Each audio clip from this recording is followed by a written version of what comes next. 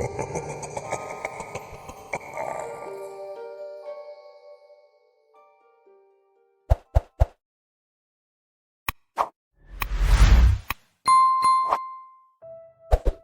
whistling always starts at exactly 4 a.m. I've lived in my great-aunt Margaret's Victorian house for just over 3 months now, and it's become as reliable as a clock. The first time I heard it, I was awake due to my usual insomnia, scrolling mindlessly through my phone in the darkness of my second-floor bedroom. The sound cut through the quiet night like a knife, a slow, methodical whistling that made my skin crawl. The tune was immediately recognizable, In the Hall of the Mountain King, but something was wrong with it. The tempo was much too slow, and the notes seemed to waver and distort in a way that human lips couldn't possibly produce. It reminded me of an old vinyl record being played at the wrong speed, but more deliberate.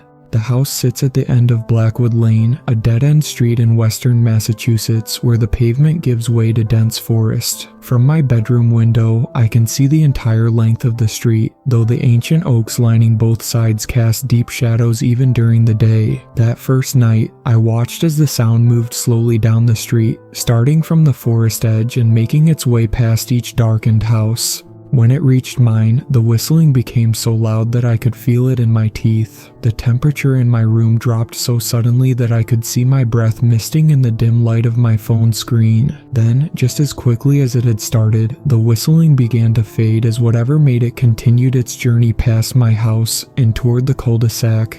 I tried to convince myself it was just someone walking their dog, though I knew that made no sense. Who walks their dog at 4 a.m. while whistling classical music? And why did the sound seem to come from somewhere much higher than a person's head should be? The next night, I made sure I was asleep well before 4 a.m., but I woke up exactly at 3:59, as if my body knew what was coming. The whistling started right on schedule. This time, I forced myself to stay in bed, pulling the covers over my head like a child. It didn't help. The sound cut through everything: walls, blankets, even the pillow I pressed against my ears. After a week of this, I started to notice other things. The neighborhood cats, which used to prowl along the street at all hours, had vanished. The crickets and nocturnal creatures that usually created a symphony of night sounds went completely silent at 3:55 a.m., 5 minutes before the whistling would begin. It was as if the entire natural world was holding its breath, waiting for something to pass. I tried talking to my next-door neighbor, Mr. Peterson, about it.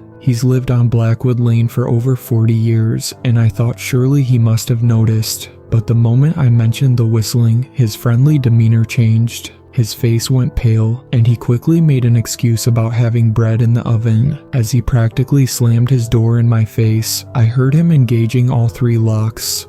That's when I knew I had to investigate. Whatever was happening on Blackwood Lane at 4 a.m. had been happening long before I moved in, and people knew about it. The question was, why didn't they want to talk about it? I didn't realize then that by acknowledging the whistling, by actively seeking answers, I had already set something terrible in motion. Looking back now, I should have done what the others did. Pretend not to hear it, keep my doors locked, and never, ever look out the window when it passes by. But I didn't know the rules then, and by the time I learned them, it was already too late. I decided to start gathering evidence. The scientist in me, I'd studied biology in college, couldn't accept that this phenomenon would continue without explanation. My first step was to record the sound.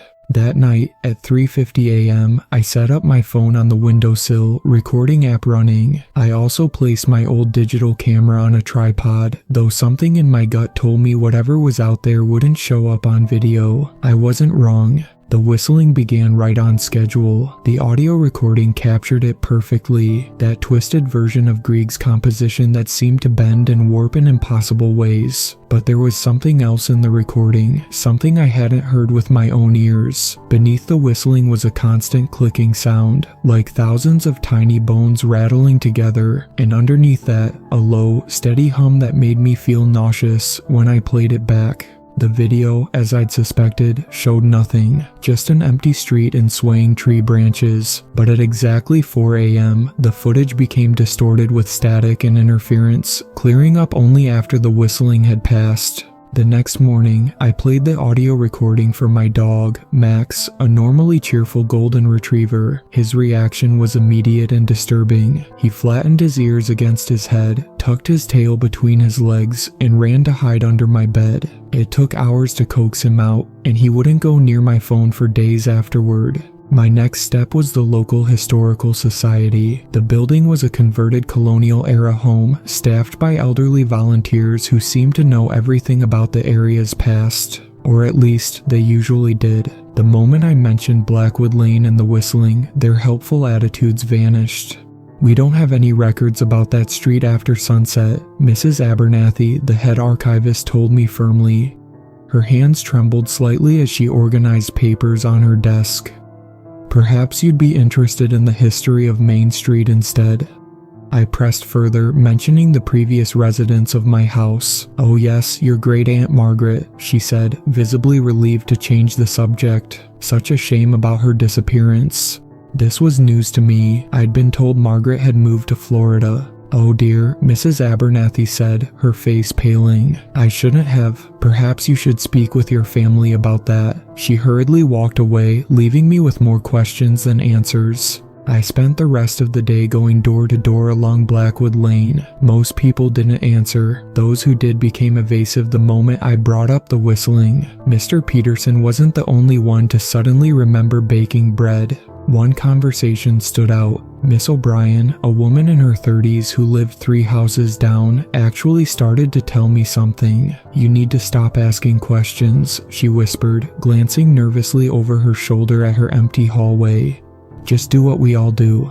Close your curtains at night and—" She was interrupted by a loud crash from inside her house. It sounded like something heavy had fallen upstairs. Her face went white. "I have to go," she said, slamming the door. That night, the whistling seemed different, louder, more insistent, and for the first time, it seemed to pause slightly longer in front of my house. As I lay in bed, listening to that twisted melody, my phone buzzed with a text. It was from Miss O'Brien. "I'm sorry about earlier. I was mistaken. There is no whistling on Blackwood Lane." The timestamp on the message was 4 a.m. exactly. Over the next 2 weeks, things changed. The whistling grew progressively louder each night, to the point where it was impossible to mistake it for anything natural. But that wasn't the only change. It started with the frost. Every morning at exactly 4 a.m., as the whistling passed by, a thin layer of ice would form on my windows. Not on the outside, where you might expect frost, but on the inside of the glass. The patterns weren't random either. Looking closely, I could see they formed intricate geometric shapes, like snowflakes, but wrong somehow. The angles were too sharp, the symmetry too perfect. By sunrise, the frost would melt away, leaving no trace it had ever been there. Then came the scratches. I first noticed them one morning as I was leaving for work. 3 peculiar marks on my front door, each about 6 inches long. They weren't deep, but they had a precision to them that no animal could have made. The next night, there were more. They began forming patterns, creating shapes that seemed almost like letters in an alphabet I'd never seen before. I tried photographing the marks, but something strange happened every time I did. The images would come out blurry, no matter how steady my hand was. When I uploaded them to my computer, they became corrupted files. After my 3rd attempt, my relatively new camera stopped working altogether. The wildlife situation became even more unsettling. It wasn't just that the local cats had disappeared anymore. There was a complete absence of any animal life on our street after dark. No raccoons raiding trash cans, no moths drawn to the streetlights, not even a single spider building its web in a corner. It was as if every living thing knew to stay away.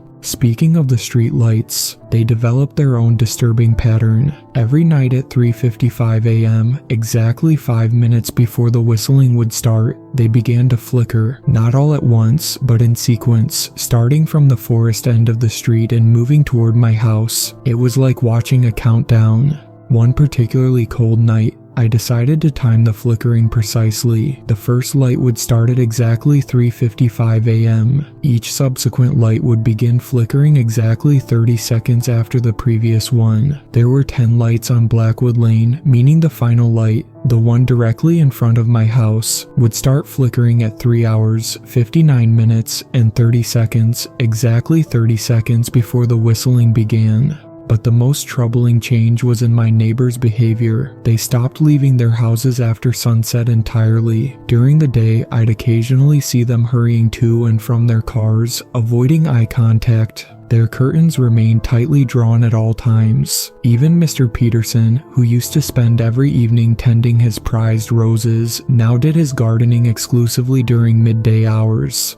The only person who still ventured out at night was Miss O'Brien. I would sometimes see her standing at her window at 3:54 a.m., exactly 6 minutes before the whistling started. She would stare blankly down the street toward the forest, her face expressionless. One night, I waved to her. She didn't wave back. She just raised her finger to her lips in a shushing motion, then slowly closed her curtains. That same night, I discovered something in my basement that changed everything. Behind an old shelf, partially hidden by decades of cobwebs, was a loose brick. When I pulled it out, I found a stack of weathered papers inside the wall cavity. They were diary entries dating back to 1987. They were written by my great-aunt Margaret. The diary pages were brittle and yellowed, some of them water damaged, but most were still legible. My hands trembled as I carried them upstairs to my study. It was 2 a.m. I had 2 hours before the whistling would start.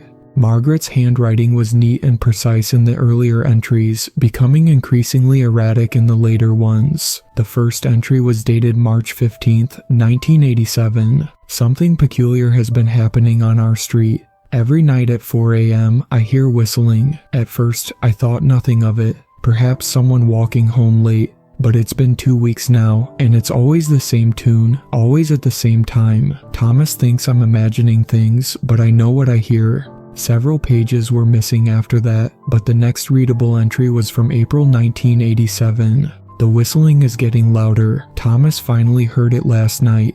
He went pale and told me to never open the curtains when it passes. When I asked why, he locked himself in his study and wouldn't come out until morning. He knows something, but he won't tell me what. The entries continued sporadically through the summer. Each one described the whistling growing louder, closer somehow. Margaret wrote about the same things I'd noticed. The frost, the animals disappearing, the strange marks appearing on her door, but she'd experienced something I hadn't yet.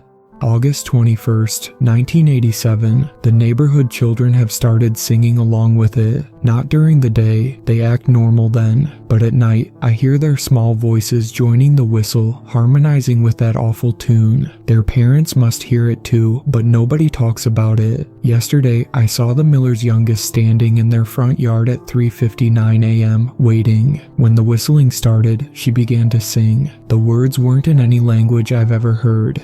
The most disturbing entry was from October. I saw it last night. I know Thomas told me never to look, but I had to know. I wish I hadn't. Oh God, I wish I hadn't. It was so tall, it had to bend down to pass under the street lights. Its limbs, they weren't right. Everything about it was wrong, but the worst part was its face. I can't describe it, I won't describe it, but it saw me watching. It turned its head, too far, much too far, and it smiled. Now I understand why Thomas was so afraid.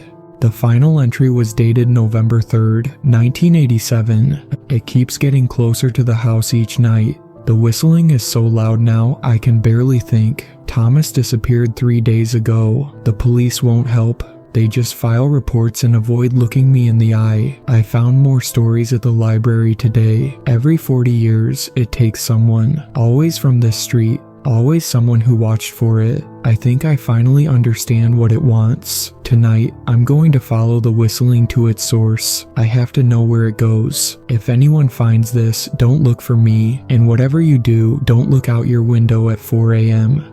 That was the last entry. I checked missing persons reports from 1987. Both Margaret and Thomas were listed as unresolved cases, but they weren't the only ones. Going back through newspaper archives, I found 5 other disappearances from Blackwood Lane spread across the last century. All of them happened between 4 o'clock and 4:15 a.m. The sound of the first street light flickering snapped me out of my research. It was 3:55 a.m. The whistling would start soon. For the first time since moving in, I found myself hoping I wouldn't hear it.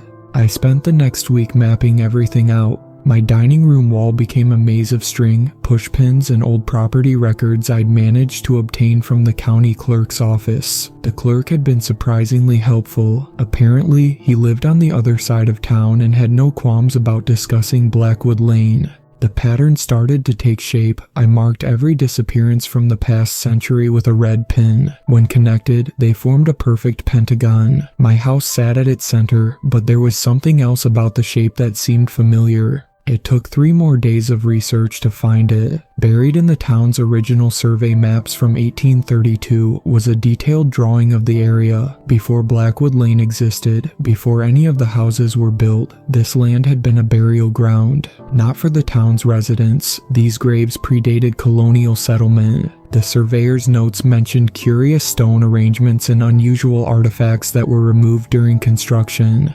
The pentagon formed by the disappearances aligned perfectly with the burial ground's boundaries. That's when I found the account of Thomas Jenkins, traveling executioner, in the library's oldest records. In 1847, he visited our town for a series of hangings. According to local papers, he had an unsettling habit. He would whistle in the Hall of the Mountain King as he approached each condemned prisoner's cell. The detail struck me as wrong. That piece wasn't composed until 1875, nearly 30 years later. How could he have been whistling it? The papers also mentioned that Jenkins himself disappeared under mysterious circumstances after his last execution. His body was never found. But here's the detail that made my blood run cold. He was last seen walking into the woods at the end of what would later become Blackwood Lane. The time of his disappearance, 4:15 a.m. I kept digging. Similar stories began emerging from other New England towns. Every 40 years, like clockwork, people would vanish in the early morning hours, always preceded by whistling, always the same song. But our town was different. The pattern was stronger here, more regular. It was as if whatever took these people kept returning to Blackwood Lane, drawn back to where it all began. The property records revealed another pattern. Every house where someone disappeared had been built in the same year, 1907. They were all constructed using materials from a single source, timber harvested from the woods at the end of the street, the same woods where Thomas Jenkins vanished.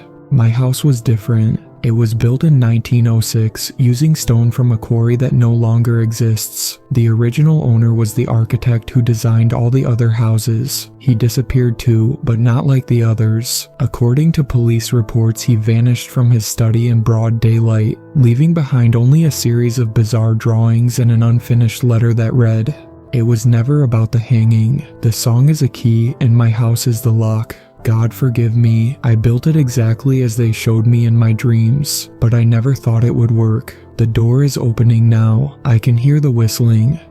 The report noted that his pocket watch had stopped at 4 a.m. Looking at my wall of research, another realization hit me. The disappearances weren't at random. They followed a sequence, moving clockwise around the pentagon. If the pattern held true, the next house would be. I felt the temperature in the room drop. The first street light began to flicker. It was 3:55 a.m., and my house was next. That night, I couldn't resist looking. Maybe it was the weight of everything I'd discovered, or maybe it was simply that human need to confront what terrifies us. Whatever the reason, at 3:59 a.m., I found myself standing at my frosted window. The street lights flickered in their usual sequence. In the dim, stuttering light, I could see Miss O'Brien at her window. She wasn't looking down the street this time. She was staring directly at my window, her face a mask of horror. She raised her hand, frantically waving me away from the glass. Then her curtains closed. 4 a.m. The whistling started at the forest's edge, but something was different this time. The sound wasn't just getting louder as it approached. It was changing. Beneath the twisted melody, I could hear voices. They were distant and distorted, like old recordings played backwards, but they were definitely human voices. With a chill, I realized they were singing along, just as Margaret had described the children doing years ago. Then I saw it. The thing that whistled was standing beneath the last streetlight before my house. It was impossibly tall, at least 9 feet, probably more. It wore what looked like an old-fashioned undertaker's suit, black and moldering, hanging off its frame in a way that suggested there wasn't enough body beneath to fill it properly. Its limbs were wrong. They bent in too many places, like someone had added extra joints at random intervals. As it walked, its fingers, too long, too thin, dragged along the iron fence posts, creating a sound like steel guitar strings being plucked. But its face, Margaret was right. There are no words to properly describe what I saw. The closest I can come is to say it looked like someone had tried to craft a human face without ever having seen one, working only from a vague description. Everything was just slightly off, just wrong enough to make my mind scream that this thing should not exist.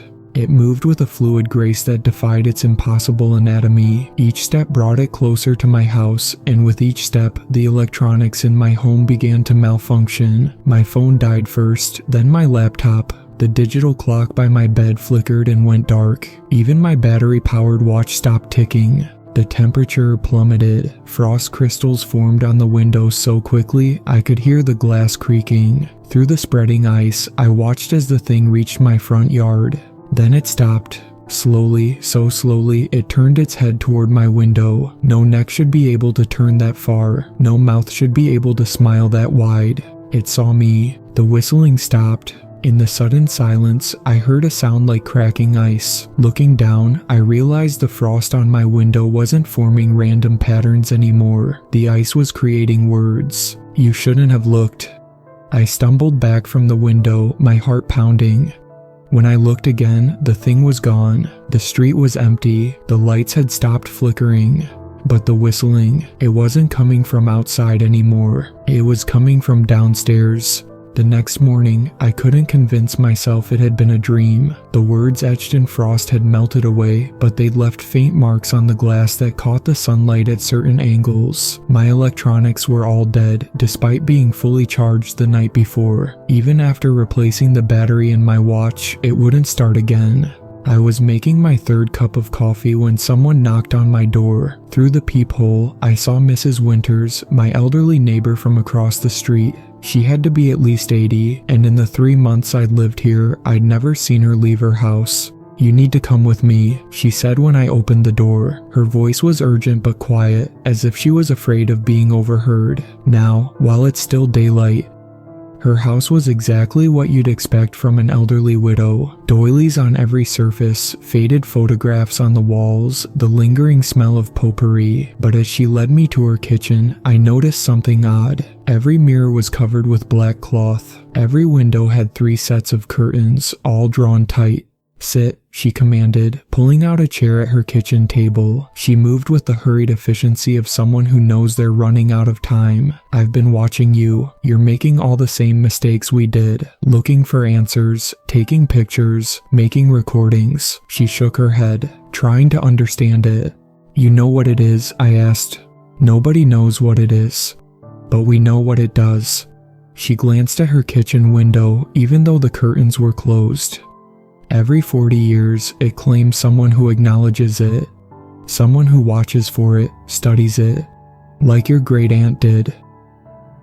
"I found her diary," I said. "Of course you did. It wanted you to find it, just like it wanted you to find those property records, those old newspaper articles.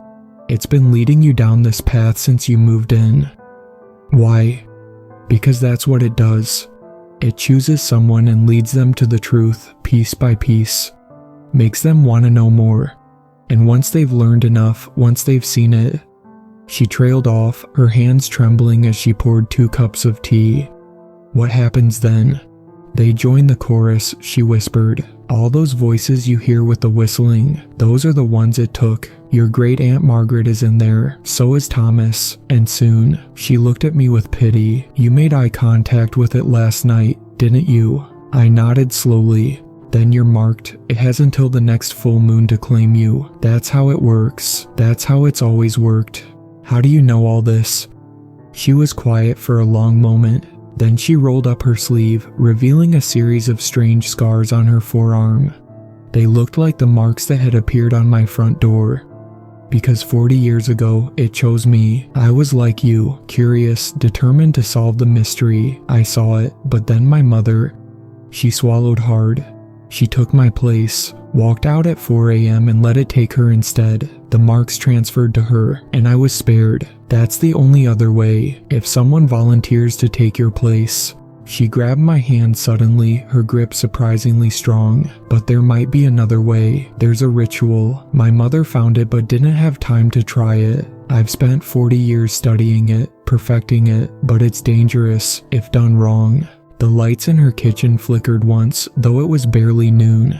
"We don't have much time," she said, standing up. "The full moon is in 3 days. If you want to survive, you'll need to gather some things." And Mrs. Winters gave me a list written in shaking handwriting.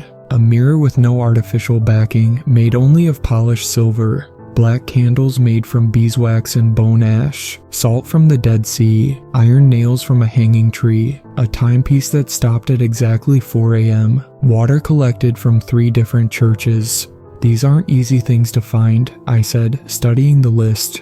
"They're not supposed to be," she replied. "It will try to stop you. The closer to the full moon, the stronger it gets. And now that you're marked," she glanced at my reflection in her teacup and frowned. "You don't have much time." I spent the next day driving to every antique shop in a 100-mile radius, looking for a silver mirror. Most dealers didn't understand what I meant by no artificial backing. One finally explained that modern mirrors use aluminum or other metals behind the glass. A pure silver mirror would be at least 200 years old.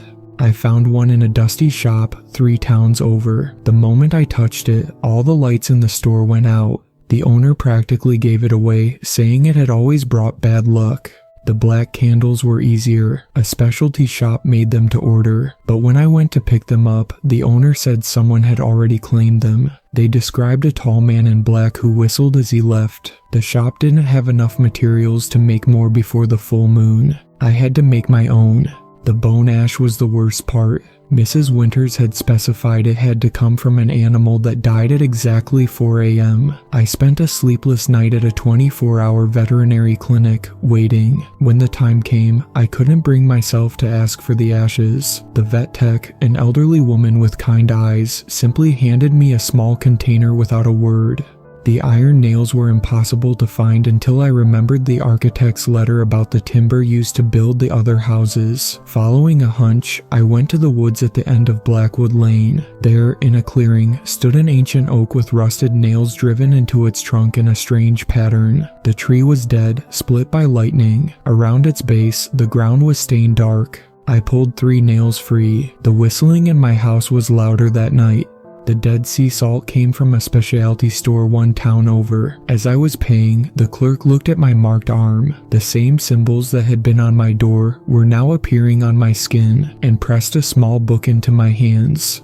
"This fell off the shelf when you walked in," she said, but her eyes told me it hadn't fallen at all. The book was a handwritten journal from 1847. Most pages were blank, but in the center was a detailed account of Thomas Jenkins' last days. He described a bargain he made with something in the woods, power and immortality, in exchange for. The text was smudged here, but the last line was clear. "The song is not a song. It is a key that opens the spaces between seconds, where time pools like still water, and those who dwell there hunger for more time to fill." The holy water proved most challenging. The first church I visited was locked, unusual for a Tuesday afternoon. At the second, the fonts were dry. The third had burned down the night before. Finally, an old priest who saw my marked arm directed me to 3 historic churches in neighboring towns. He wouldn't say more, but he pressed a silver cross into my palm. "For protection," he said, "though not from what you think." That night, the whistling started early, 3 a.m. instead of 4. The voices in the chorus were clearer now. I recognized Margaret's voice among them. She was trying to say something, but other voices kept drowning her out. When I finally slept, I dreamed of a door opening in the air itself, and behind it, countless faces pressed against a thin membrane of time, whistling that terrible tune. The night of the full moon arrived with an unnatural stillness. Even the air felt thick, as if time itself was congealing around Blackwood Lane. I began setting up for the ritual at midnight, following Mrs. Winter's precise instructions.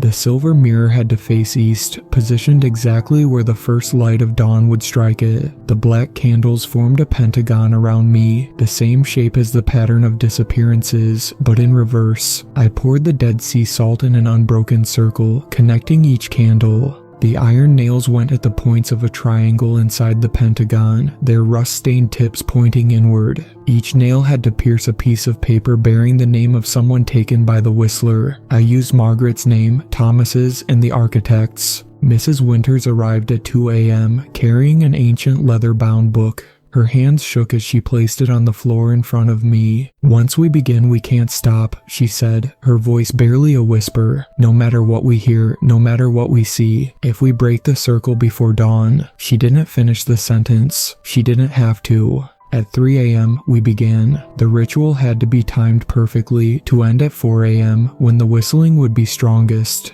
Mrs. Winters started reading from the book. The language wasn't Latin or any other tongue I recognized. The words seemed to squirm in my ears, making my teeth ache. The candles lit themselves at 3:15 a.m. The flames burned blue.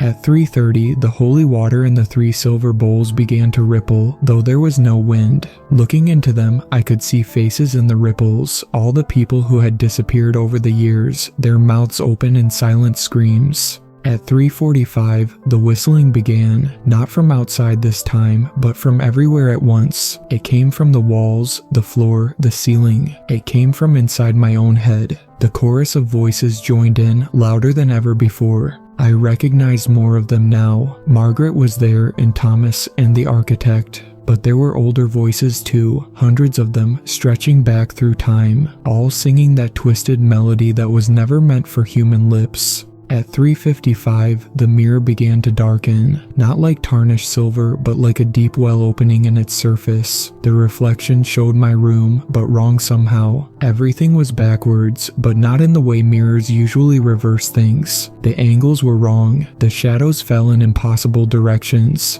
And in the mirror, something was coming up behind me. It was 3:59 a.m. when everything went wrong. The candles flared up to the ceiling. The holy water began to boil. The iron nails pulled themselves free of the floor and hung suspended in the air. And the whistling became deafening. Mrs. Winters screamed a warning, but I couldn't hear her over the sound. The mirror's surface rippled like black water. Through it, I could see what looked like my great-aunt Margaret, reaching out to me. Her mouth was moving, trying to tell me something. Then, at exactly 4 a.m., every light in the house exploded at once. In the sudden darkness, I felt something cold brush against my neck. A voice whispered in my ear, not Margaret's, but something far older, something that had only been pretending to be human. "You opened the door." What I realized then, in that moment of perfect darkness, was that the ritual hadn't been designed for protection at all. The mirror, the candles, the holy water, they weren't meant to keep something out. They were meant to let something in. The symbols that had appeared on my arm began to burn like ice. In the mirror's black surface, I could see the truth. Every investigation, every piece of evidence I'd gathered, every step I'd taken, it had all been orchestrated. The diary, the old records, even Mrs. Winters herself. They were breadcrumbs leading me here. Because this thing, this entity that walked our street whistling, needed someone to complete the circle. It needed someone to perform the ritual willingly, to open the door that existed in the space between seconds. I saw Mrs. Winters smile in the darkness, not her normal, grandmotherly smile, but something ancient and hungry. She began to change, her form elongating, stretching upward until she nearly touched the ceiling. Her face became the same impossible arrangement I'd seen beneath the streetlight. 40 years, she said, but her voice was different now. It contained multitudes, all the voices that had ever joined the chorus. 40 years, I've waited for someone clever enough to find all the pieces, brave enough to look, foolish enough to try understanding. The mirror's surface rippled, and through it stepped my great-aunt Margaret. But she wasn't alone. Behind her came Thomas, and behind him the architect, and behind him dozens more, all the people who had disappeared over the years. Their faces were serene, but their eyes were wrong, too dark, too deep. The door swings both ways, the thing that had been Mrs. Winters said, but someone has to open it first. I understood then. The whistling wasn't a song, it was a key trying to turn a lock. In my house, built by that damned architect to specific measurements, designed in dreams that were never dreams at all, was the lock it had been trying to open. But it needed more than that. It needed blood that had been marked, freely given. It needed someone to complete the ritual at exactly the right time, in exactly the right place. I tried to run, but my feet wouldn't move. The salt circle had become a barrier, trapping me inside. The iron nails spun faster in the air, drawing blood where they passed too close. The black candles burned higher, their flames now an impossible deep purple. Margaret stepped toward me, her movements too fluid, too perfect. "Join us," she said, but it wasn't just her voice. It was every voice, every whistle, every song that had ever been sung in that terrible chorus. I had one chance. In my pocket was the silver cross the priest had given me, though not from what you think, he'd said. Looking at it now, I realized it wasn't a cross at all. It was a key. As the thing that had been Mrs. Winters reached for me, as the chorus rose to a deafening crescendo, as reality itself began to tear open around us, I made my choice. I used the key, but not to escape. Sometimes the only way to close a door is from the other side. They say Blackwood Lane is quiet now. The whistling has stopped. A new family lives in my house, a young couple who knows nothing about its history. The neighbors have started coming outside again. Children play in their yards until dusk. But every 40 years, on the night of the full moon, if you stand at the end of the street at exactly 4 a.m., you might hear something. Not whistling, not anymore. Just voices singing softly in the dark. And if you listen very carefully, you might hear mine among them.